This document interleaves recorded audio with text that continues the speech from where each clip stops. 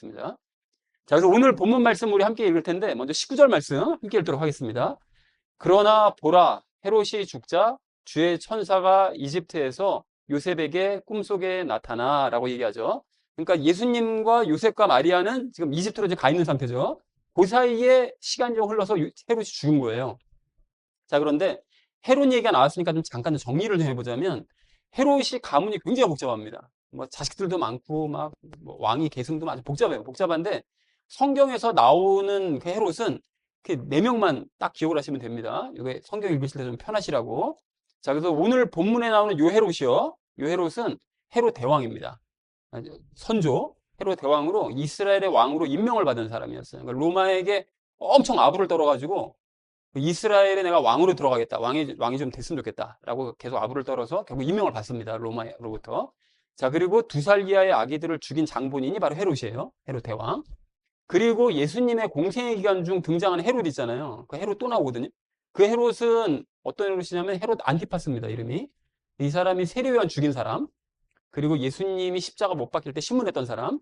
그 사람이 헤롯 안티파스입니다. 그리고 사도행전에 또 등장하는 헤롯이 있거든요. 다 헤롯 그러니까 똑같은 사람이라고 알고 있지만 아니고 다 틀린 사람인데 사도행전에 등장하는 헤롯은 헤롯 아그리빠입니다. 그런데 이 헤롯 아그리빠가 1세, 2세가 있어요. 근데 1세 같은 경우에는 야고보사도 죽인 사람 있죠. 그리고 베드로 감옥에 집어넣은 사람. 이 사람이 헤롯 아그리빠 1세고 그 아들인 헤롯 아그리빠 2세는 바울이 왜 전도여행 갔다가 돌아왔을 때 신문했던 사람, 로마로 가기 전에 신문했던 사람이 이제 헤롯 아그리빠 2세다. 이렇게 4명만 기억하시면 성경에서 뭐 관련된 이제 헤롯은 다 이제 아시는 거겠죠. 자, 근데 그 헤롯이 죽었습니다. 죽어서 이제 주의 천사가 이집트에 지금 거하고 있는 요셉과 마리아 예수님께 찾아갑니다. 그래서 요셉의 꿈에 나타나가지고 얘기를 하죠. 그래서 요셉과 마리아가 지금 이집트에 살고 있었는데 꿈속에 나타납니다. 하나님께서는 요셉에게 말씀하실 때 항상 꿈으로 말씀하세요. 왜 그런 거냐? 요거에 대해서는 이제 적용 시간에 잠깐 얘기를 나누도록 하겠습니다.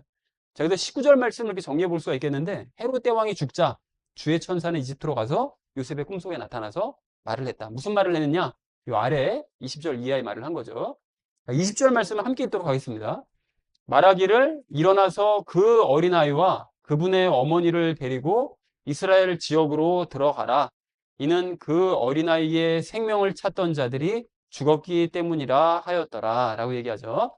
자, 그래서 요거는 뭐 특별히 어려운 내용이 없기 때문에 이제 전적으로 정리를 해보자면 천사가 이제 꿈에서 얘기하기를 일어나서 예수님과 마리아를 데리고 이스라엘로 다시 들어가라. 복귀하라는 거죠. 그래서 예수님의 생명을 찾던 그 헤롯이 이제 죽었기 때문이다. 라고 이제 말을 했다는 것이 20절의 내용 되겠습니다. 자, 이어진 21절 말씀 함께 읽도록 하겠습니다. 이에 그가 일어나서 그 어린아이와 그분의 어머니를 데리고 이스라엘 지역으로 들어갔더라. 라고 말씀하시죠. 이것도 별로 어렵지 않아서 바로 정리를 하자면 요셉은 일어나서 예수님과 마리아를 데리고 이스라엘로 들어갔다. 라는 것이 21절의 내용 되겠습니다. 자, 이어서 22절 말씀 함께 읽도록 하겠습니다.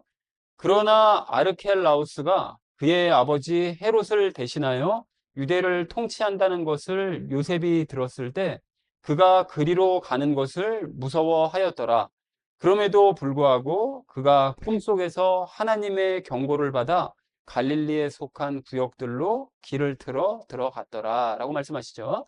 여기 아르켈라우스가 누구냐면 그 개혁 성경 우리 익숙하잖아요. 아켈라오. 그게 이제 아르켈라우스입니다. 그러니까 헤롯 안티파스 동생이에요.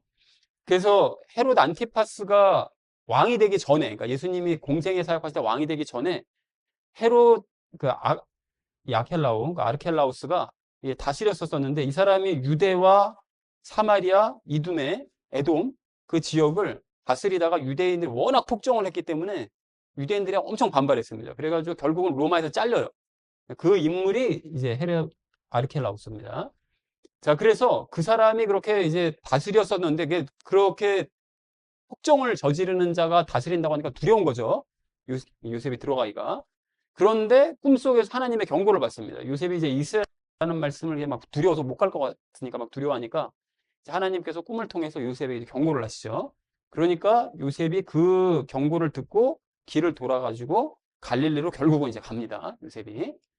그래서 22절 말씀에 정리할 수가 있겠는데 아르켈라우스가 헤롯을 대신하여 유대를 통치한다는 말을 듣자 요셉은 두려웠지만 하나님의 경고를 받은 후에 길을 돌아서 갈릴리로 다시 들어가게 되었다.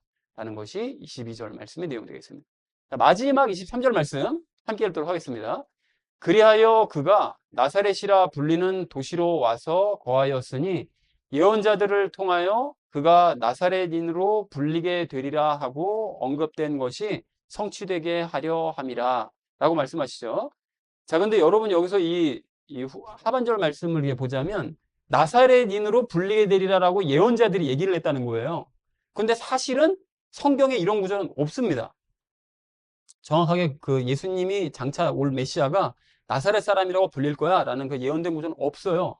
그래서 정확하게 이런 구절이 없는데 추정컨대 그러니까 이사야서 9장 1절 2절 말씀을 보면 스불론과 납달리 이제 빛이 임하게 될 거라고 얘기를 하거든요. 그러니까 갈릴리 지역에 빛이 임하게 될 거라고 예언한 구절이 있고 또 시편 같은 구절들을 보면 사람들에게 메시아는 멸시를 당한다, 무시를 당한다.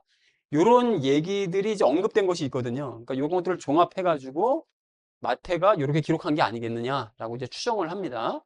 정확한 구절은 없는데 왜 이렇게 얘기를 했는지는 정확하게 학자들도 모르고 저도 모르겠어요. 근데 어쨌든 이런 것 때문에 이렇게 얘기한 것이 아니겠냐라고 이제 추정을 하는 거죠. 자, 그래서 23절 말씀을 이렇게 정리할 수가 있겠는데 그리하여 예수님은 나사렛이라는 도시에 거했으니 이것은 예언자들을 통해 나사렛 사람으로 불리게 될 것이라는 그 예언이 성취되게 하려는 것이었다. 그래서 나사렛으로 가게 된 거다 라고 얘기했다는 것이 23절의 의미가 되겠습니다.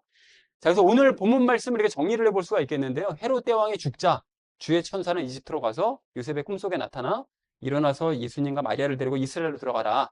예수님의 생명을 찾던 자들이 죽었기 때문이다라고 이제 말을 했죠. 그러자 요셉이 일어나서 예수님과 마리아를 데리고 이제 이스라엘로 갔는데 아르켈라우스가 헤롯을 대신해서 유대를 통치한다는 말을 이제 들으니까 요셉이 두려웠죠.